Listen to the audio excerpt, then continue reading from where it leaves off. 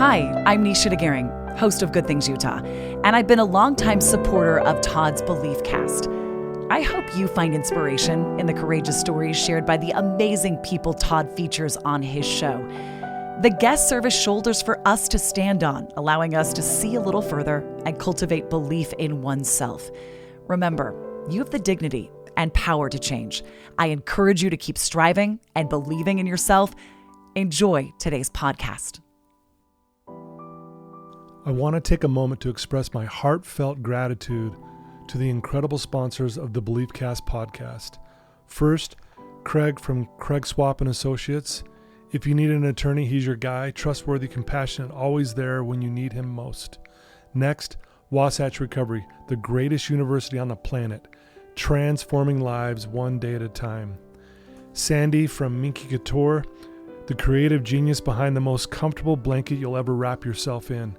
Comfort like no other. The visionaries behind Thread wallets. These wallets redefine style and functionality. Dave Philippi from Micro Plus, pushing the boundaries of nanotechnology and scientific research to bring us cutting-edge supplements for optimal health.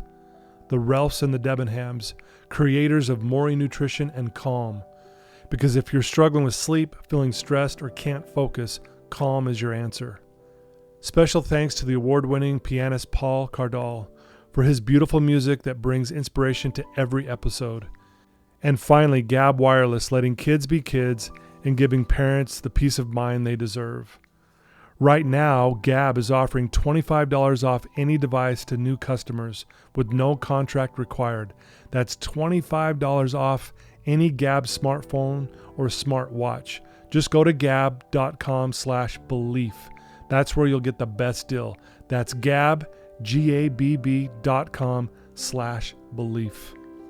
Thank you to all these amazing sponsors for supporting the BeliefCast podcast and empowering us to continue spreading positivity and inspiration to the world. All right, welcome back, everybody. This is Todd, your host of the BeliefCast. Thank you for tuning in. As always, it means the world to me that you guys believe in me and believe in the cause, and you share this with so many people, and it's been so great to hear the feedback from so many people who, listened to a certain guest and said, that's exactly what I needed to hear, or that changed my life, or I've even heard that saved my life. And so I'm just grateful for all of you. Again, thanks to my sponsors that you just listened to. I couldn't do it without them. And today we are joined by a really good friend of mine. She's been on here. I think this is probably your fourth or fifth time. And today we just have the wonderful Tiffany Peterson. Tiffany, thanks for being here. Like, seriously, it's like sitting with a great friend, and it's thanks. such a joy to be back. This is like our annual tradition. I know. I think we do this like about once a year. Yeah, it's so funny, too, because it's like it gets to that point where like, I need to get Tiffany back on. That's always a good litmus. Yes. So, hi, everyone. If this is our first time you're hearing this, hello. If you've heard the previous few, welcome back. Exactly. And if you don't know Tiffany, you need to. If you haven't heard about Tiffany, if this is your first time hearing about her, when you learn more about her today and listen to her, she is truly a light in this world. I call her a powerhouse in the personal and professional development space. She's inspired thousands of individuals to transform their lives, just not only on a personal level, but through businesses as well. International growth. She's comes from the heart in everything that she does. And again, she mentioned that, we're good friends. And I really do look to her as a really good friend and even a mentor. I love following you and all the stuff you do. And it's really actually, it's like, man, I saw Tiffany do this and I heard what she just said, and I'll share that with a client from time to time. And it's like, I don't know, it's really cool that, that we kind of know each other in that realm. I don't know. It's really been helpful for me. Well, it's sincerely a joy, my friend, to be with you and have these rich conversations. And thank you for having a platform that's putting good in the world. Yeah. Well, I've been doing this for over 7 years now. It kind of blows my mind. And we've done over 400 episodes now. That's amazing. And it's funny, when I first started doing this, you always wonder, okay, I'm going to start a podcast. Now, who am I, kind of thing. And I remember someone gave me some really good advice at the very beginning. Just be consistent every week with your podcast. Yeah. And I'm like, okay, that makes sense. Consistency is a really powerful principle. And I understood what that meant. And I've just been consistent. And I've posted one a week for almost over 7 years now, and that's incredible. And I think people know what they're going to get. I don't make it about Todd. I make it about my wonderful people that I bring on. And so for those who may not know, maybe you just give us a little bit more information about Tiffany Peterson. Well, I would say the short story shorter, right? As best as we can Right. make that, because it's hard to put that into just a few sound bites. But the reality is that, I'm an individual like many of you who's on a path of growth. And some of that comes from our own wounds, right? We were motivated to grow and for different reasons. And some of that's from definitely inspiration and desire and gifts and talents. But myself, I personally was always drawn to education. I grew up here in Salt Lake City where we're recording today. And I always was drawn to, I thought I was going to be a traditional school teacher. Okay. And I worked in a few classrooms with some special needs classrooms while I was going to the university doing my degree, thinking I was going to be a teacher. I was an aide at the time. And then I met someone by happenstance whose dad owned a training development company.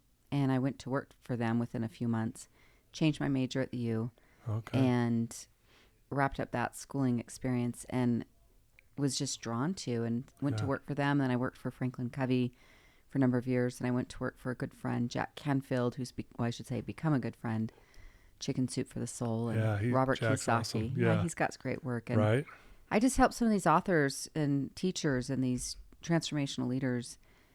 I ended up getting in sales, which I would never think in a million years I'd be in sales. Right? Like, come on, no way. I was going to be a school teacher and then get married and be a stay-at-home mom and raise babies and sew Halloween costumes and, do all the things that I wanted that way with that vision. Sure. So life and God, I would say, created a path where this sincere desire to teach, train, help people overcome their challenges, right? Like special needs. I was drawn to that. I want to help these littles that are more maybe vulnerable, help them grow. I've always had a tender heart. Like I've already been teared up 3 or 4 times sitting here, just stepping into your space because you always create this space that you have. And anyway, so I just thought I was going to help special needs kids in classrooms as a traditional teacher, and went on to a very successful sales career. And mostly now today, now fast forward 15 years now, I've been self-employed doing my own coaching, speaking, podcasting business. And mostly I get hired to help people make more money.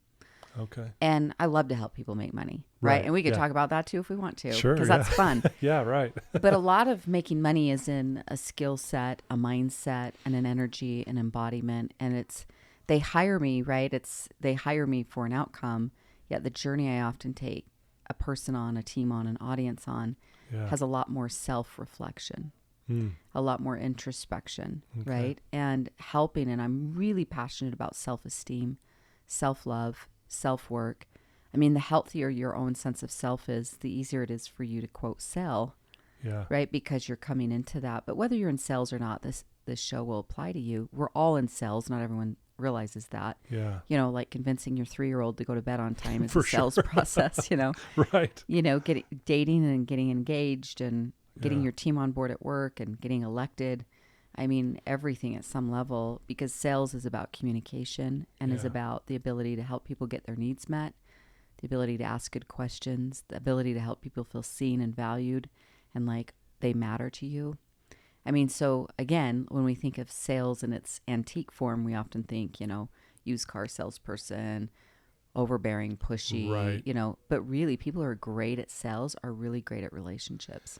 Yeah. And I think that's why you're so good at what you do, because you really do. You're so inviting and you connect with people quickly. Yeah. You really do. I just love connecting with people. I'm fascinated by them. So that's the really short story, long story shorter as best I can. And so professionally, that's mainly what I'm up to, is I help people create change personally and financially. And so we work on a business, we work on the internal work, mindset, self-love, and help them develop really good habits. Right. And the beautiful cool thing about this is that no matter the age, no matter your background, the life work that you're a part of, that sometimes we might be carrying some beliefs that might sound like, I'm too old to change, or I'm not good at this, I'm not enough at this, I don't know if I'm cut out for it.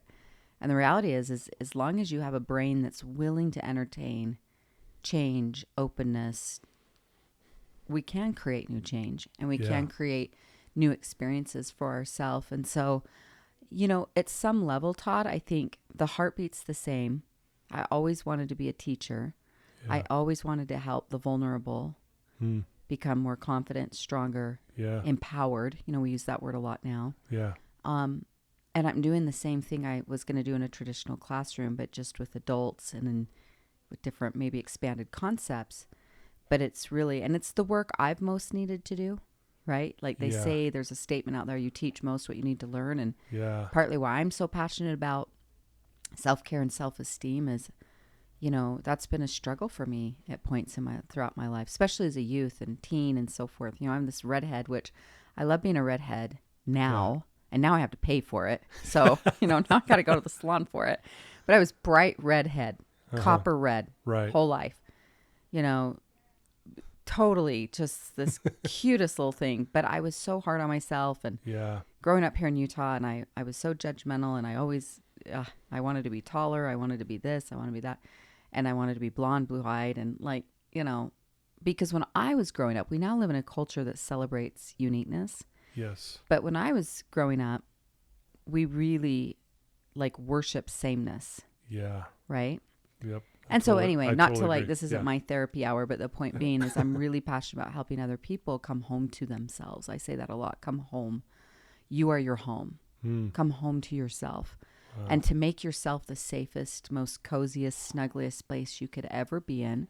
Because we often, if I were to ask any of you thinking about that, I'm curious what's going on for you right now as you're thinking about that. Yeah. But where's your safest space? And sometimes, my grandmother's home, or with my parents, or my home, or it was this, or in this worship space, or this thing or that. And it's like, especially we've all been traumatized, big T's, little t traumas throughout our lives.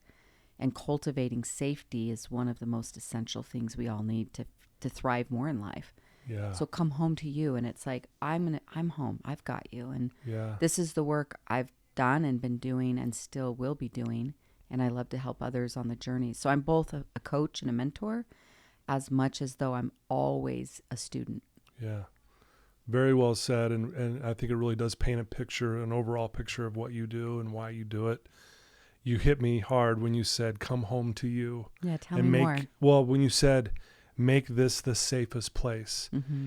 And I see this so much with my clients that if I was to ask them the question, who are you? They can't answer the question. They literally cannot. They have no clue. Mm-hmm. And I think because James Allen, who I study a lot, he says, if you're looking for an external deliverer, you're going to be looking for the rest of your life. The deliverer is within.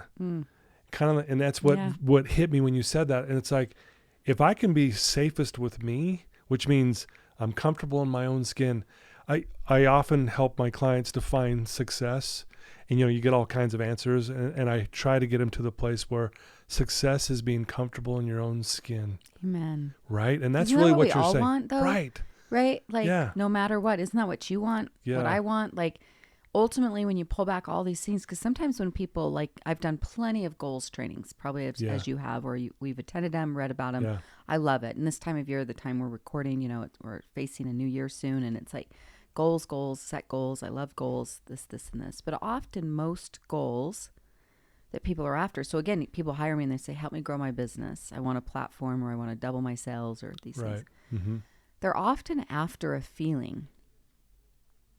As are you, as am I. Yeah. And a lot of times it's, I want to feel more comfortable in my own skin.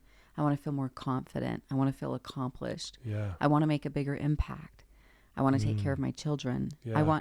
But you're after a sense of a feeling. Usually at some level it's tied to whatever your goals or desires are. Yeah. And so the more you can also get clear to what's the core feeling I'm after, and how, to your point, versus like James Allen, the external validator, how do I give myself that? Yeah.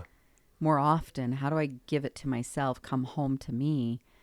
The more that you are embodying / prepared to have more of the external things show up, because your roots are solid with you. Yeah. I find that with the clients I deal with, where they are chasing the feel goods, and they're chasing something that ends up killing them.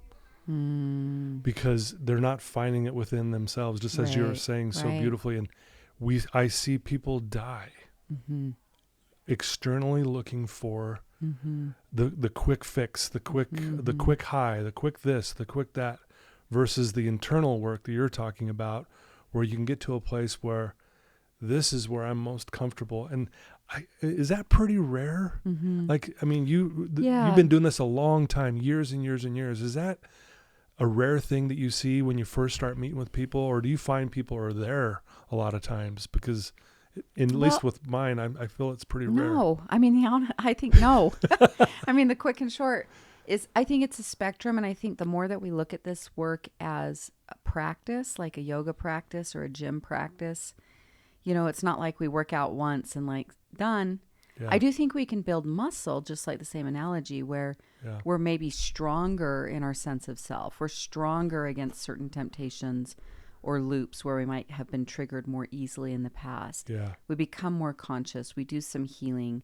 We do therapy, EMDR. We work with a great coach. We help create conscious awareness. Yeah. And we practice, and that you can absolutely become like an incredible yogi or incredibly strong. And therefore, you know, but like anything, if we quit, quote, practicing, it is easy to atrophy. And so it's just like just being myself as the example I think about. I'm really proud of myself in some ways I've progressed. And in the very same breath, I'm still practicing those similar triggers. Yeah. Or how I'm coming home to myself, where reminding myself, because we all have this, like, you know, again, I'm not the science doctor on this, but you know, we all have this nervous system, and we have a subconscious, and we have these things where it's like we've experienced them and we can't unknow that, but we can also make progress where it doesn't have the strong grip on us. Yeah. But I'm still like, there's times, can I still get my feelings hurt? Like if I've really self-actualized, I should never have my feelings hurt. I still get my feelings hurt. Yeah. I still can feel, sense of rejection or left out or not seen or validated or wanted or appreciated. Yeah. And get my feelings hurt. If you're still getting your feelings hurt, I am. Right. Do you ever get your feelings hurt? Oh, yeah. Yeah. You know, it's like, well, I'm still, if I was fully self-actualized, right, I'm still at times offended or judging other people, and I have an opinion about what they're doing and how they should be doing it, and getting all huffy about it, you know? Right. So it's practices that we are all working on with these areas. And so give yourself grace. I remember years ago, you guys, I hired this coach. I'd met him in Santa Barbara in an association I'm part of. Great, beautiful human, very embodied, and was a monk for many years. And he's not living that lifestyle now, but he runs like the Santa Barbara Buddhist Center or something. Oh, okay. Or at least was at the time. And my spiritual walk, even though I'm very, for me, Christian, like I felt God guide me to work with this gentleman. It was a clear witness, prayed about it, meditated on it. It was a yes, hired this gentleman, and it was a steep financial investment for me. Right. And we'd been working together since probably January, and this is fast forward August. And I get on this call with him. His name was Dawa. What a great name, huh? Right. Dawa. And I'm hot, and not in a good way. Okay. Right? I'm bugged. I'm ticked off. And because I'd been dealing with a lot of anxiety. And I've been working with this Buddhist monk spiritual life coach and all these workshops. And I was like, I really wanted to get to a point where it's like, I'm never going to feel anxious again. Yeah. Because if you've done there's nothing to fear. You're in full trust. Life has me. God's working in my favor. All is well. Fear is an illusion. You know, like blah, blah, blah. Okay. Listen, that's nice. But I get on this call with him and I was like, I'm anxious. I've been feeling anxious, and now I'm bugged that I've been feeling anxious. No, I'm judging the experience. Oh, okay. And I'm like, I'm just bugged. Any of you ever been just like bugged? Because you're like, why am I still dealing with this issue? I don't want to be anxious about this, but I was hosting a large event coming up, and there's a lot of moving parts, and I was feeling anxious about it. And he lightly chuckled in his like Dawa voice. He's from India. He's lived in the States much of his life, but he has this little bit of an Indian accent. He just kind of chuckled, and I was like, and he's like, oh, like that's nice, you know. And he said, Tiffany, we practice love or trust over fear. I still practice. Yeah. Even with him, all the years in the monastery, all the years that he lived, and practiced himself, he's still, if we're in a human skin suit doing this human thing, at times you are going to feel anxious. Yeah. Times you are going to feel bugged, insecure, doubtful. You're going to have stuff because we're still working on it. But that was liberating to me, was like, we practice. Because the former perfectionist in me was like, well, I'm going to take the classes, read the books, hire the coach, and I'm going to heal this forever, be perfect. Now I've made a lot of strides there. Sure. But do I still at times deal with those things? 100%. Yeah. No, that's a good point to point out for all of us, because I think if I do this, then I'm going to overcome it, and I've done a lot of work too around anxiety and depression in my own life.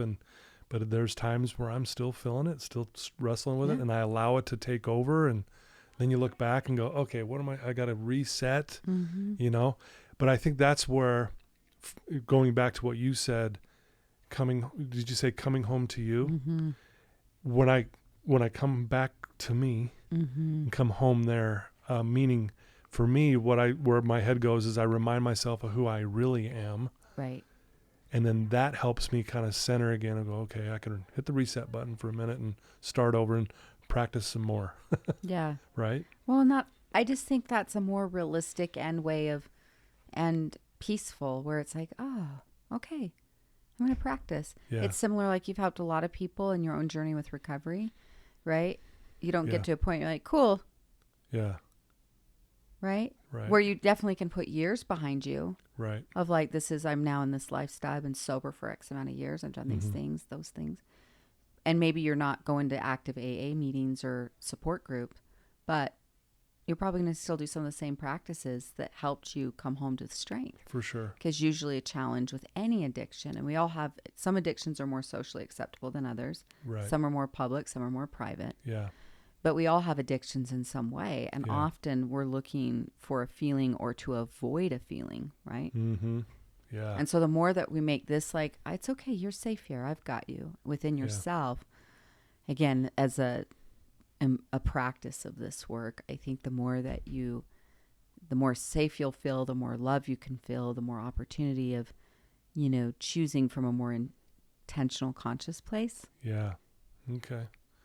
When you walk into, like I say, a sales team, and you've been doing this a long time, is there something that stands out? Like, man, they seem to always be struggling with this belief system, or is there something that stands out there that you see that's pretty common among most of your audiences that you deal with?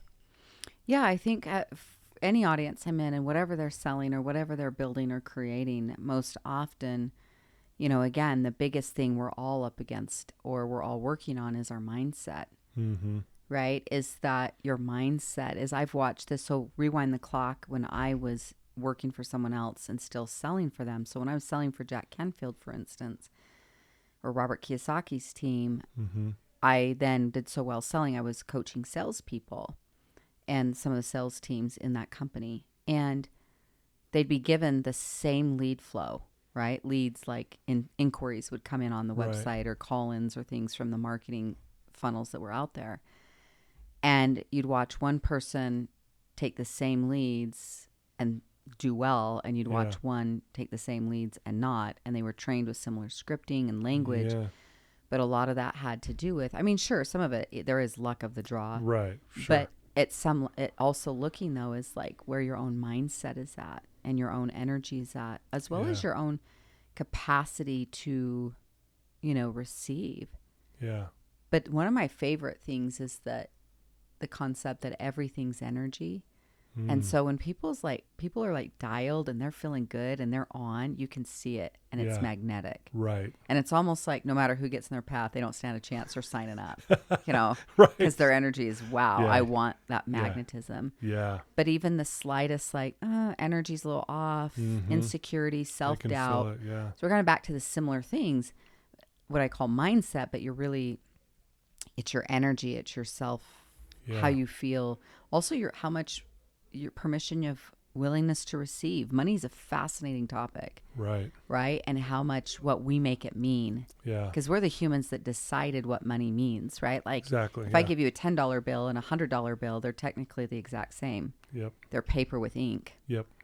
but we have another zero on one of those bills than the other. And we've decided that other zero means this is more and this is less. Yeah, this is worth more. And we've created a system, which makes sense. I mean, even before technically we had paper and coins, you would exchange animals and food and plants and things and as a community, right? Ways of barter. But money is one of those ways where sometimes, like same thing back when I was internally a corporate trainer and running some sales teams myself, if someone was, let's say, their monthly nut, their must-have was, say, $5,000 a month. Okay. It's just an easy number. It might be higher or less, whatever.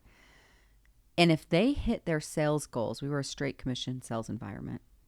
If they hit that number, if they hit $5,000 by, say, the 20th of the month, what could I count on them for the next 10 days? Just not much. Shutting down. Yeah, because they were at their comfort zone. Yep, I've got there. Now I can just relax. And this is where even subconscious is like, in our lives, all of us at some level are navigating around what's familiar. Even if what's familiar isn't healthy or what we desire, or what we want. And so doing some of that mindset work too, right? But any sales team, you've got that always in the audience is they might be, granted a hot industry, might be doing really well, but where's your own mindset? Therefore, your mind creates, your thoughts create feelings. I remember years ago hearing Joel Osteen. He's a big pastor in Texas, books and a platform. And he would say this, you're feeling what you're thinking. And so if you're where your thoughts are at, and if you're thinking like, this is going to be a smoking hot day, this is going to be a great day, great week, it's a great season, it's my season, I'm winning. Even if whatever comes my way, obstacles, gifts, all of it, I'm going to win this season or win this day or whatnot. Right. Yeah. Versus like, oh, I woke up, it was raining. That's a bad omen. Versus rain, right? Can be a great omen. Who knows? The point is like your thoughts and what you're thinking has a lot to do with that. With any sales team, you're going to that's going to be your biggest influence is mindset and someone's energy to what they're doing. Then of course we do train to skill, which is what are the questions you're asking. People buy emotionally and they decide logically. And so it's important in your sales process and in your sales conversations, or if you run a sales team, that people have questions where the person that's doing the asking is asking questions that help people process both emotionally and logically why they want to move forward with your product or service. So there is a skill for sure, right? But even when you have the skill, if your energy's off, right, you just know it's both. It's not either or, yet your energy and your mindset is, you can learn a skill. Right. Energy and mindset is something that will be your biggest influence. Yeah. I love the energy thing. Are you familiar with the Omega Consciousness Scale? No, tell me. I'm not an expert on this by any stretch, but it measures feelings on a frequency from 0 to 1,000. Okay. And the lowest level frequency is shame. So that feeling is at about a 20 out of 1,000. But even though it's a low level, it's just low energy, very slow, methodic, dark. It slows any revelation or inspiration down to nothing, right? It's very powerful, just obviously in the wrong direction. At the very top of that is enlightenment. It's like, I think it's at 750 out of 1,000, like the power of it and the frequency. And when you're in the enlightenment stage, you're in the flow state. It's like you're just talking about, man, when you got that energy going and you got the skills, you can sell and people want to buy from you because they just, man, it's just flowing, right? And at the top of that, you got enlightenment, and then just under that, I think is peace, and then joy, and then love. And I got to share this with you really quick because it blew my mind, because I've always believed in energy. Yeah. And but I had a practical way to put it into my everyday life. So I ran the St. George Marathon back in October. First marathon I've ever done. Look at you. And I only had about 2 months to train for it because I had done the Spartan, and that's a completely different kind of training. Anyway, so I'm a little nervous, and I had ran 17 miles in my training. It's as farthest I ever made it. And miles 16 to 17, my body shut down. I mean, I was locking up in my knees, and anyway, so that's as far as I got. So now I'm there at the starting line at this St. George Marathon, and 26 miles. Yeah, and I'm going, Good luck. I'm doing this. But then it hit me and I thought, okay, if love is a very high power, if it's a high frequency, I go, I'm going to put this to the test. So I thought, I'm going to give away love the entire time I'm running. So like I would look at someone and I'd go, just in my mind, I go, I love you. I don't know you, but I love you. So if someone would pass me, I would just look right at them with so much intention and say, I love you. So I would pass someone and in my head, I'm like, I love you too and love you. At the aid stations, I would verbally say, hey, I love you for being here. Thank you. So I just threw out love. Tiffany, I cannot believe it. I was on fire. I didn't hit any wall. On mile 23, I finally turned on my music. I had no music on for the first 23 miles. Then I turned on my music and I sprinted the last 3.2 miles. And when I crossed the finish line, I just started bawling my eyes out. I don't blame you. And I was like, it worked. Look at you. And I just running felt a marathon and you're like, I've never run that many miles before. But to be able, and my point is this, and I totally agree with you, is like, I put myself in a position to feel that frequency. Yeah. And I'm not kidding you. I felt it through my entire body. I just had this energy. I didn't get tired. I mean, it was challenging. I'm not going to lie. It was times where I'm like, whew, it was really hot that day. Anyway, but going back to what you're saying is, I know that my thoughts were on love and therefore I felt it. So my feelings were telling me what I'm thinking, So like powerful. you said, like what Joel Osteen was saying, right? And I don't know, that just hit me so hard when you said that because I'm like, dang, there's so much truth to that, and I notice like if I'm sitting with a client and if my energy's low and I'm just like, oh, okay, I got to meet with another client. Yeah.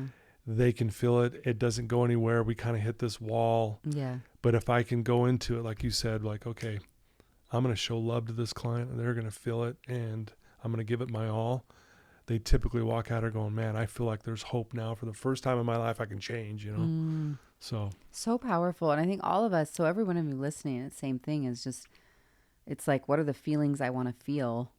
And what are the thoughts that invite those feelings? Yeah. And then anchor those thoughts. We might call that an affirmation. Yeah. Right? Like right. we anchor it in. We firm up. That's what an affirmation is affirm. We firm up a belief. And so it's like thinking, okay, I want to feel more confident, right? Or I want to feel happy or more at peace. I want to feel more in this love frequency, this higher vibration. Great. What are the thoughts I need to be thinking? Yeah. What are the therefore beliefs and that I'm believing, that I'm experiencing? Because what a powerful example of like literally mind over matter, because your body's matter. Yep. And your mind is just like the power and potency of that and how we nourish that. So that's a takeaway I'm going to invite all of you guys to consider is I want you to see your mind and mindset just like a muscle you work out at the gym. Everyone already understands like, if I want to be, in shape, toned, muscly, whatever, I want to look good, feel good. Yeah. I'm going to have to lift those weights. Yep. That's not a big bridge for anyone to cross. Like, oh. Yeah. But it's the same thing as your mind. It's like, are we intentional with what we put in our mind? Just like you're intentional about to lift the weights. It's like the things you read, the things you're listening to. If you're listening to a show like this, good job. Like, pat yourself on the shoulder of like, oh, I'm putting myself in a good environment here. But as being mindful is like, guess what? You can choose to believe whatever you want. And even though you may not at the moment, like right now, if I'm saying like, I want all of you every day affirming, I am worthy and deserving, right? So I love your quote that's here in your office. I'm worthy and deserving. I am enough. Yeah. God has my back, or the universe, whatever language works for you, but God has my back. Yeah. Things are working out for me. I want to be a blessing today. I want to add value to every room, every conversation I'm part of today. Right. That's my intention. That's what I'm firming up. I am, whatever, all the other things. I'm healthy. I'm strong. I'm vibrant. You can choose any of those things. Even if like right now today, you're like, I'm not feeling so vibrant, Tiff. I get you. There's days I don't feel it. Yeah. But you can choose to be like, this is who I'm becoming and what I choose to believe and what I choose to think. And so back to your question about sales and sales teams is what do you choose to believe about opportunity? And similar, why partly your marathon is when we're focusing on partly being great at sales, or I would say foundationally, is you focus on serving. Yeah. I want to help change people's lives. Yep. I want to help their homes be better, their lives be better, their marriages, their health, their wellness, their tech, there, whatever the thing is in industry you're in, is get into the vibe and the energy and the thoughts around how do I serve more people? Right. Because where you're not going to make sales is what, when's my when's it going to be better for me? Me. Yeah. It's okay to have desires and wants and to own them. Just realize they're directly connected to what value you're adding to other people. Yeah. And therefore, if you're thinking thoughts like that, like you running and your body physically feeling some things, but your mind just kept saying, I'm sending out love. Yeah. I'm beaming the love.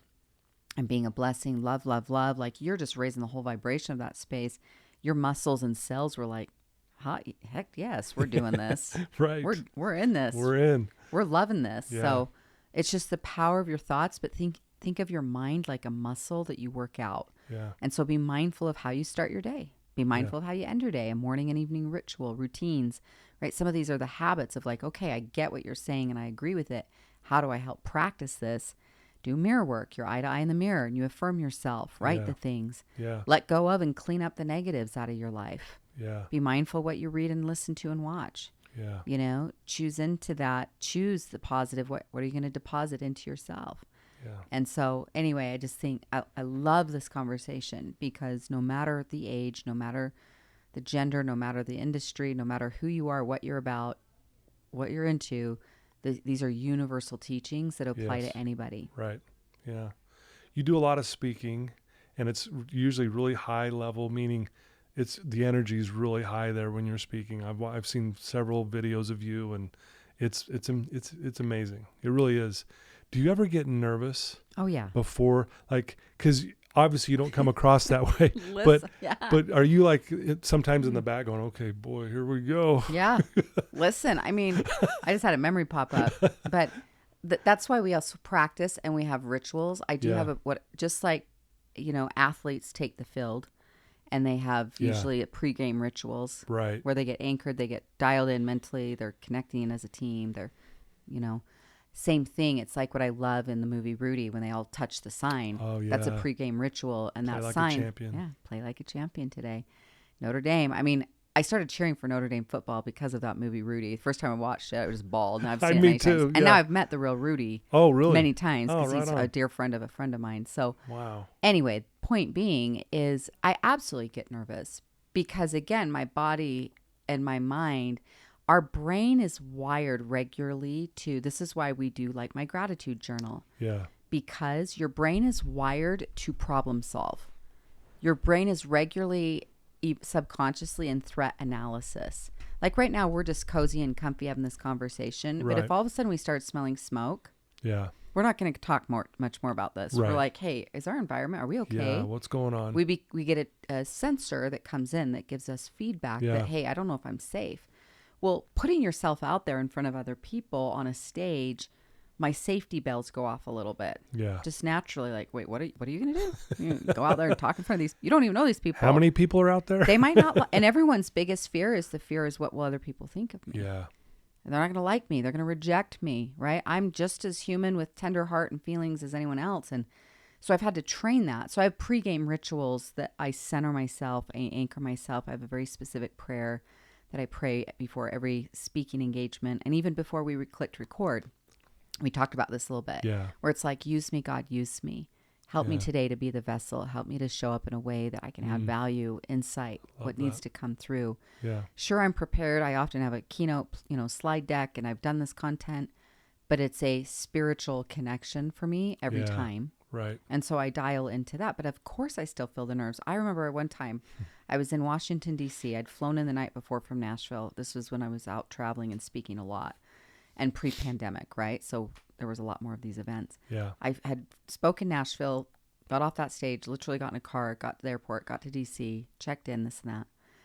And there had been a few other things going on in my life, but this was a new group for me, and it was a big stage, and I was having a lot of anxiety in my hotel room. I'd gone down and done mic check and saw the room and met the people.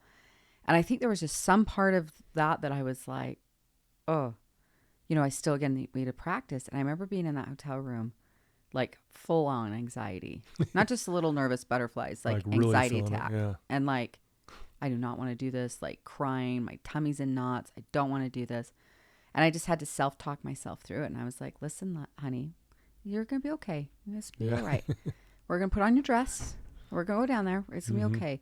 But the thought's like, well, what if I pass out? What if I throw up? Yeah. What if? And it's like, well, it'll make for a good story later. You'll live through it. Exactly. But I share that, like, now I don't usually have that level of anxiety, but sometimes I do. I can still get the nerves, the butterflies, because at some level you are putting yourself in front of people. Right. And you can't control how they see you.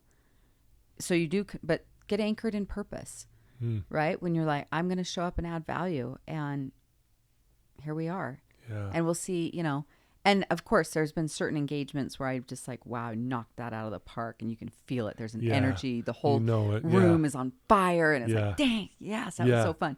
And there's been some that were like, well, it was okay. Yeah.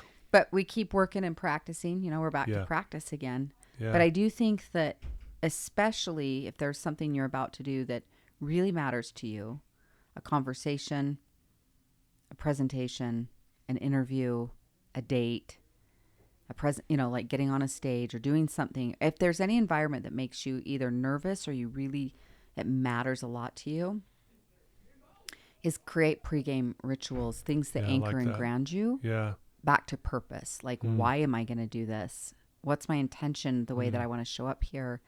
And that tends to help anchor and ground us. I love that. Yeah. Anchor towards purpose. That makes a lot of sense to me. Very powerful. I was thumbing through your creation journal, by the way. Let's talk about that for a minute. You did this a little over a year ago. And as I was thumbing through it, I came across someone that I really look up to, is a quote by Wayne Dyer. I love him. He says, abundance is not something we acquire. It's something that we tune into. What does that mean? What's he saying there? How do you take that? I'd love to hear your thoughts on that. Yeah. So we'll say it again. Abundance is not something we acquire. Yeah. It's something we tune into. Right.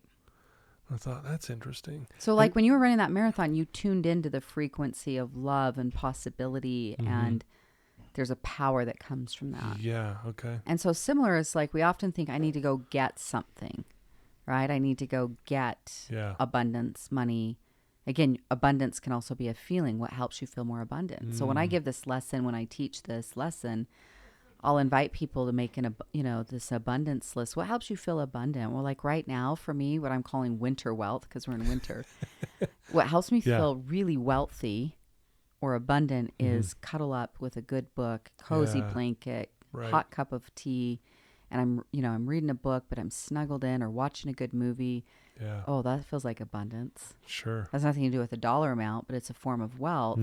And so practicing things that help feel like abundance to you, clean sheets on the bed, clean pantry, right? Cleaning out something, that feeling after you've cleaned something feels really good, or a good workout, or time in nature. There's lots of ways. But similar to the theme of our conversation a lot today is we're practicing. Is like right now, there's multiple podcasts that are live that anyone could listen to. Sure. Or there's radio stations actively playing music, but I'm not hearing it, or you listening aren't hearing it, because we're simply not tuned into it. Yeah. And it's just tuning into what's the vibration of abundance. But like for me, having a slow morning or time with people I love, time to read and journal and pray and work out, or being, all of these things. It's like, what are the things that feel like abundance to you? And they can be big things, you're like, big things, we're going to take that dream vacation. Yeah. Or to simplest small things. You're like, oh, I'm out just weeding in my garden and planting and making, food happen, and harvesting, and, small things, big things, all the things. No, I love that. It reminds me, going back to what you explained so well before about coming back to you. The home is you, right? That's the tuning in piece. I think that's also what I took from that. Maybe is that what that means is you're just, again, you're tuning into the greatness that's already in you. It's already there, right? You don't have to go find it in something. It's there. It's so true. Right? I love that you reminded us of that. It's like the tuning into yourself, and how truly that is abundance, right? And even though, if you're listening to this, here's the thing, the unique thing is that many times you'll get to practice, your feelings don't feel that way. We don't feel abundant. Right. We don't feel great. We don't feel worthy.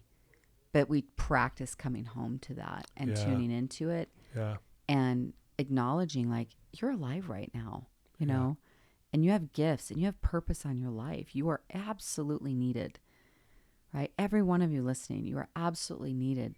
You're the only you that will ever be you on the planet. Yeah. And so wherever you're at on those that emotional spectrum of feeling really good, strong, solid, confident to really low, weak, insignificant, do I even matter? What's my purpose? Or somewhere in between. These are all principles we get to practice, but it's like, my goodness, you're a literal walking miracle. Yeah. Your odds of being in a human body is estimated about like 1 in 400 trillion. Yeah.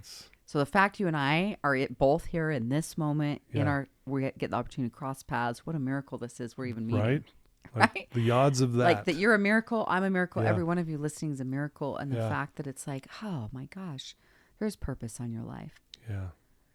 And every time talking to you feels like a miracle. Honestly. I love that we get to do this. This is such good, rich stuff that we all need to hear. And, you know, I'm being fed right now. So thank you so much. Am I. Yes. I wanted to share a statement with you, and I'm not sure who said this, so I apologize that I don't have who said this, but I want to hear what you think of this, okay? Because it reminds me of you. Okay. Everybody says discipline is so important, but they never want to tell you why. I'll tell you why discipline is so important. It's the strongest form of self-love. It's ignoring something you want right now for something better later on. Discipline reveals the commitment you have to your dreams, especially on the days where you don't want to. The future you is depending on the current you to keep the promises you made to yourself yesterday.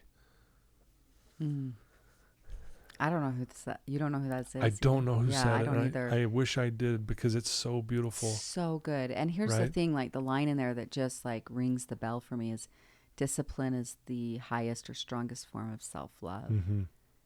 Yeah. And I know you teach this, but you also live it. I know you're not perfect. Oh, I'm not. I know you're not. Yeah, that's why I'm like, well, yes, but you do though. I know that, but you really do. You embody discipline in what you do. That's why you're so good at what you do. And that's why I thought, I wanted to share that with you and see what you thought. And I knew that would probably pop out to you about the highest form of self-love. Like if you love you, you're going to discipline in these areas that is going to help you and help those around you, right? It's so true because, here's the thing. Like a lot of times we're not lacking knowledge on a particular area or goal that we want, like how to make something happen. It's the commitment, the focus, the discipline, to execute it and to follow through. Right. Like everyone listening at some level already knows, gosh, if I work out regularly, doesn't mean I have to live in the gym or train for a body competition. Yeah. But no one listening to this went, oh my gosh, if you mean I need to move my body, and what I eat and drink and my sleep. Yeah. But it's more so of like the commitment to do it. And to me, when discipline is, I follow through whether I feel like it or not. Yeah. That's what discipline really feels like to me. Because then there's times when, you get all juiced. I saw a friend of mine at an event yesterday who had just gotten off a flight from being at a Tony Robbins event. Oh. We spent a week down in Florida with him. You ever been to a Tony Robbins event? I have via a cassette tape back in the day. Yeah, there we go. Cassette tape. He's taking us back. CD, audio things. Well, I've seen Tony Robbins once in Las Vegas, and granted, he does a full 4-day thing and a week-long thing. I flew down to see some friends who had tickets to like a network marketing gathering that was all network marketing guy that was running it, and Tony Robbins was one of the keynote speakers. I flew in for about 23 hours to meet to meet some friends and clients. Yeah, okay. And I happened to pop into their evening session because they had an extra ticket. And they said, fly down. And Vegas, as you know, is a quick flight for us, about 45 minutes. Yeah. So I land in Vegas. They pick me up. We grab a meal. And then we go into the evening session, which is Tony Robbins. And ended up probably being about 3.5, 4 hours. And I was like, I'm going to play full out. If I'm here, I'm going to drink the Tony Robbins juice. Yeah, right? let's go. Kool-Aid. I'm in. Yeah. All in. Oh, my gosh. The up and the down and the moving because he teaches you to change your state. And you're like high as like you are just fiercely on fire, tears, and then like, I'm going to do this, breakthrough. I mean, the guy is a brilliant genius at helping people change state. For sure, yeah. I have never, the next morning, like I was sore, I was tired. I was like, I mean, I left Vegas with a huge hangover, but it was a Tony Robbins hangover. yeah. Hadn't had one drink or Yeah. anything like that. But it was like, oh man. my gosh, are you even kidding me? Wow. Anyway, I saw this friend, like I was saying, that had just come home yesterday from a week-long thing with Tony Robbins. I had one evening for a few hours. Right. This is days on end. Days, yeah. And he's glowing and all like fired up. But sometimes, again, we set these goals, make these declarations when we're in this like really positive, I'm going to change my life. Yeah. Discipline is I follow through even when I'm tired. I don't feel like it. Yep. Discipline to me, I mean, isn't the word discipline, the word disciple comes out of the word discipline. Yeah, I think so, yeah. What are we discipled to? Right? We often hear that. And it's like who we follow in our church and our spiritual walk. You know, I'm a disciple of Jesus, yes, or Buddha or whatever. But what you are discipling of is discipline, is what I'm willing to surrender, sacrifice, create. And so I love this word, and I love it right now because it's true. It's like, a lot of the goals every one of you have is on the other side of discipline, on the other side of consistency. I mean, like your show, 7 years, show every single week. Friend, I mean, hello, that's mastery at this point. Good work. Like you're an inspiration to me, so many of us, but every one of us, myself included, it's like what we want lives on the other side of discipline. Wow, I love that. Very well said. So it's like, I want a clean and organized home. Yeah. Like that's legit. Yeah. And sometimes my life and the whirlwind and the busy and the, on the go and creative, but I've been working more and more at that where it's like, and it's not like it ever gets nuts, but I mean, it does. It can get chaotic in times and like, hey, I've got a lot going on. And it's the discipline, like to take care of things and handle things in a timely manner. Yeah. Right. In your life. And whatever that might be. Again, it might be health. It might be finances and even relationships or the self-esteem work we're talking about, the disciplines of the morning ritual and the discipline of the meditation and, some of these things, but it's powerful. How about you as you read that? Like, I'm just curious, what stands out to you from that same reading and quote? Just, kind of holding my own feet to the fire, like keeping my promises. That's what stands out. Like, because night before you're setting the alarm. Okay, I'm going to the gym first thing in the morning. You're feeling it, right? Alarm goes off. You're like, man, I'm just going to stay in bed. But for me, if I can go, no, what was the promise I made the night as I was setting this alarm? No, get up and let's go. And then when I push through that initial of, I don't want to do this, and I push through that, that's what stood out to me is if I can keep those promises. And again, I feel like I love myself even more. Like, hey, I took care of my body this morning. Yep. It's like my morning medication. Right. I'm like, man, I just took my meds. Yeah. I feel and good. You feel better. I feel you so feel better much better because you moved your body, but you also feel better because you honored your promise. Exactly. And that gives you a certain energy like you're talking about. Yeah. There's 2 books that I highly recommend that are around change period and that are really good but on this topic. One is Atomic Habits by James Clear. That's a great book. I mean, it's been around a long time. Many of you have probably heard of it at least or read it. Great I reread or listen to that at least once a year. Yep, so good. Second book is Be Your Future Self Now by Dr. Benjamin Hardy. And great book. And the combination of both of those, because your future self, letting your future self inform my current self, like who is she or who is he or they? Like, who do you want to be? What do you want to become? What do you want to create? What do you want to achieve? What is the life, your future self and the physicality? Like sometimes when I'm working out and doing a workout, even if I don't want to, or I'm feeling the different feels, guess what? Sometimes I'm working out for my 85-year-old self.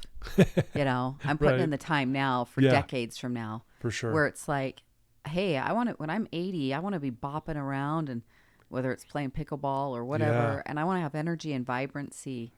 If I'm alive at 80, I want to be vibrant. I don't want to just be hanging out slouched over in a chair up against something and just existing. Same here. So sometimes I'm choosing my future self, right? And you think about your future self 3 months from now or 30 years from now or 50 years from now or 5 months from now, whatever. The point is, like, I love that book, Be Your Future Self Now by Dr. Benjamin Hardy. And again, Atomic Habits by James Clear. Yeah. that's a really good book partnership because the way there's so much good synergy between those two reads. But let your future self, like a year from now is the timing whenever you're catching this show, you've stumbled across this show. Yeah. Ask yourself, where do I want to be 6 months from now? Yeah. A year from now? How do I want to feel in my body, in my home, in my marriage or relationships, or, what you want to attract into your life, in your business, in your income, in your self-confidence. It's like, who do I want to feel and be? What do I want? And let your future self inform you. Because it's like, if that vision stays in front of you, and I'm a big fan of, if you put discipline and vision together, it's much easier for me to follow through regularly. Yeah. If my vision's fresh. Yep. If it's in front of me. Yeah. Right? So if it's a vision board, meditation, that's why I created this journal called My Creation Journal. You can find it on Amazon. It's $19.95 on Amazon all over the world. Yep. And what I love about it is their daily practice pages to gratitude, then to vision, then to action. Gratitude, vision, action. Yes. And that little formula together, potent. It's powerful. But it's like, if I'm just like, discipline, but I've forgotten the vision, or it's gotten a little bit rusty, or it's kind of stale. Yeah. If my vision, discipline is so much easier when my vision's fresh and in front of me. No. Because I'm like, this is why, and I'm going towards this.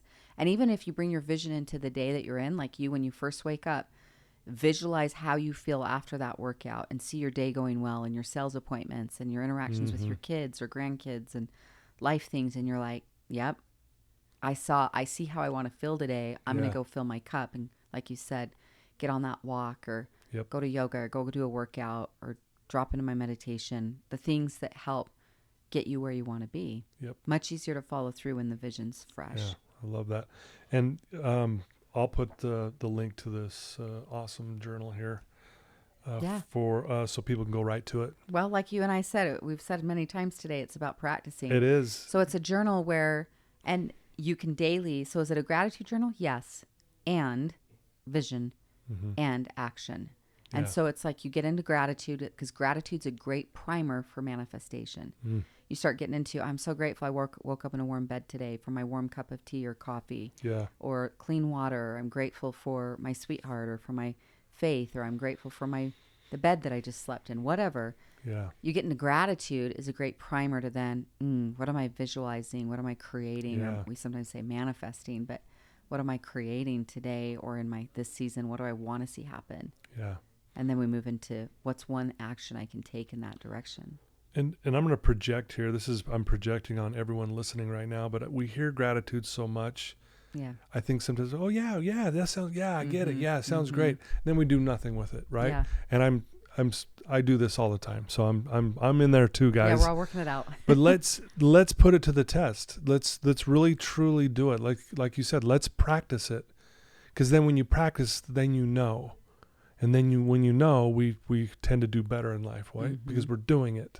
Yep. So I'm going to challenge, including myself, to be more proactive in really spelling out the gratitude of my day, of my hour, of the minute, if you will. Because I think sometimes we hear this and everyone goes, yeah, gratitude. And then we're off to just doing whatever, we're distracted. Let's really make that part of our daily thing. So I love that you point that out. We practice that. I just wrapped for my 13th year doing the gratitude series. I do it every November. Yeah. I have a thought leader every week, and we just talk about these principles, but the foundation is, big shocker, is, have you gotten the lesson yet today? It's like, we practice gratitude. Yeah. Because guess what? There's times I don't feel grateful, even though I teach on it a lot. Yeah. There's times I am not in the mood. I'm in a funk, or I'm in some grief, or I'm in a this or that. But the power of it, it's one of those potent shape shifters where it's like, I'm going to change my state by focusing on what I'm grateful for. Yeah. And writing it down helps you practice that too. Yeah. Love it. Love it. You're amazing. Oh, Seriously, you really are a powerhouse. If someone's listening to you right now and they're just in a bad headspace, they're struggling, they are not sure how they're going to get out of this, what would you tell that one person right now? So I'm just going to speak as direct as I know, is I believe in God. And I believe in a God that's so loving. He adores you. He cherishes you. You know, religion's an interesting thing, and I'm a big fan of parts of it and things of it, but discernment of all of that. Because sometimes, you know, there's a lot of good in gathering. That's why I love community. I love worship with people. Yeah. But sometimes a lot of religion people can also take on too much guilties and stuff like that. The point is, like, when I experience God, he is love. It says that directly in the word. God is love. Mm-hmm. And I just want you to know, like, and even if you don't even know if you believe in God, for that person listening that's like, my life sucks right now. It hurts. I'm hurting. It's dark. I feel you. I've been there. We've all been there. Yeah. But I believe in a God that loves you, cherishes you. And the fact that you're here listening to this, I know there is purpose on your life. Mm. I know there's purpose on your life, that you are valuable, that you're needed. And so may I just, as a friend, as a sister, as a fellow traveler on the path, like, let you know, like, number one, you're not alone. You're never alone. And number two, it's like, there are brighter days ahead. But this is why faith isn't just a feeling, it's a choice. Gratitude's not just a feeling, it's a choice. Right. Love is not just a feeling, these are choices. Choices, yeah. And so make a choice, even if your feelings, even if it's a hard choice to make, but it's the choice of, like, I'm going to choose, like, that God has me and that I'm going to figure some things out and there's purpose on my life. You know, as I think when we all get stripped down to our basic self, you know, and we go through things that, you know, this year for me, this is why the emotion's like right here. Yeah. This year for me has been a huge stretch, and I've been through some losses this year, and I've had a broken heart often this year. You know, it's just but a broken heart, some would say, is an open heart. Yeah. And I've also felt God's mercies and tenderness. But I get you is that sometimes we are stripped down to our basic self. Yeah. And which then we often, you know, it's like we come home more to that deepest, most pure knowing, which is like, God's real. Yeah. He has us. He has you. Yeah. Wow. You're loved. You're known. And that you just never know what's coming an hour from now, a week from now, a month from now. Yeah. But our part is to stay open, to keep an open heart. You know, because I've been thinking about that, and all spiritual teachers teach this. It's throughout all Holy Scripture I've ever read. Spiritual teachers like Michael Singer or Neil Donald Walsh. I mean, I saw that in the room today and I went, there's a story about that for me. Love that book. I haven't read it, but it showed up in a reading this week, and I'm like, there it is. So that book's going to rock your world. No, I'm going to read it. But all spiritual teachers talk about keeping an open heart. Yeah. Because a closed heart or a prideful heart or a hardened heart, a lot of times we want to armor up. Yeah. I'm angry, I'm ticked, I'm mad, you know, whatever. It's like a closed heart is when we're in real trouble. Yeah. So keep an open heart. Even if that heart's broken, breathe through that brokenness. Yeah. God has me. He has favor on my life. There are things coming. I may not understand it. And there are some things that are just may never ever make sense in this life. Right. Yeah. And at some level, right, we go, okay, I have to make peace with that. Yet knowing that I believe there is beauty in any ash. Wow. You may not see it in the moment. So that is just like, again, as real as I can be and as raw as you can hear it in my voice.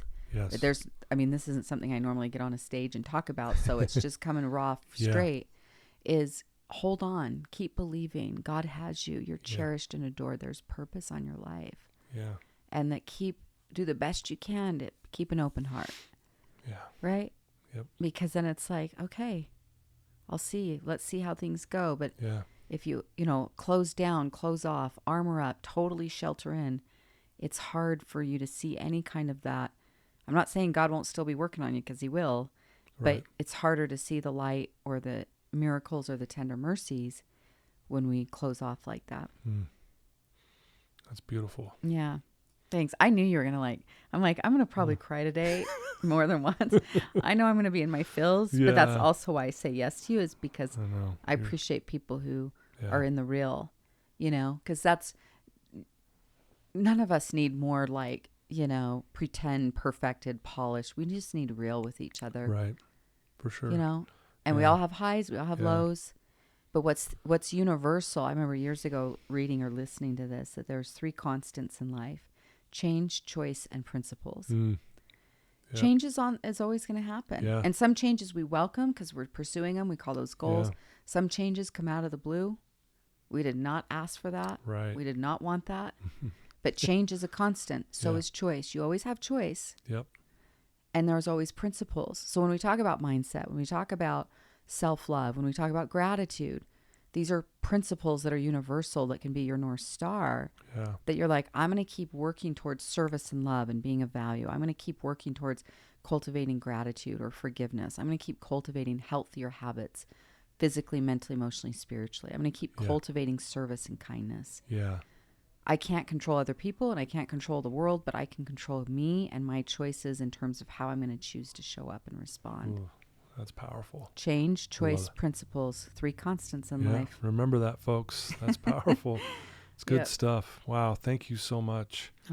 If someone wants to get to know you better, maybe sign up for one of your courses or your classes or your coaching, or, listen to your podcast and get this creation journal, where would they go to do that? My home website is tiffanyspeaks.com. Okay. There's several free resources there, and a goals program, a self-care program, things you can download for free that we can help you start making some changes right now. Great. On your own. I have a podcast on Apple, iTunes, Spotify, Stitcher as well that is called the Tiffany Peterson Podcast. And then social media, I run all my social media, Tiff Peterson on Instagram, Tiffany Peterson. The journal is not on my website. It's just through Amazon. Just through Amazon. Okay. So if you want this journal, my creation journal, it's on Amazon, and just again, search Tiffany Peterson or creation journal and you'll find it. Great. And those are the ways. And again, you can reach out. If I can serve or support you additionally, I mean that. But happy to hear from you. But thank you, my friend, for having me. You bet. For real talk. Yeah. For all the nourishing, all the good, and all the good that you're doing in the world. No, thank you. I'm glad to know you, and I'm grateful that you are willing to keep coming back. Our conversations are different, but yet the same every time, and it's always powerful and impactful.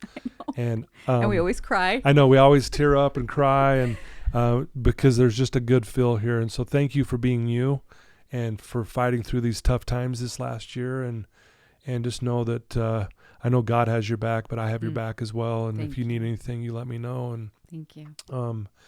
And I'll put, like I said, I'll put the links to all this so people can get right to it and make it easy. But I encourage everyone to reach out to Tiffany, ask her a question. That's how I first got to know Tiffany. I got a little bold there, and I reached out to her on a whim, and she responded. It was amazing. Course. And here we are this many years later, and I'm just grateful that I had the courage to reach out to you at that time. And you were so generous to even respond to someone you didn't know. So that meant a lot to me. So thank you. Look at us now. Right? So there's Here a we little are. takeaway of that is like, have the courage to ask for things. Absolutely. Put yourself out You never there, know 'cause now we unless have you this ask. dear friendship. Right? Yeah. So Thank you for having me. you betcha. You betcha. Thanks everyone for tuning in. Tiffany Peterson, she's the best.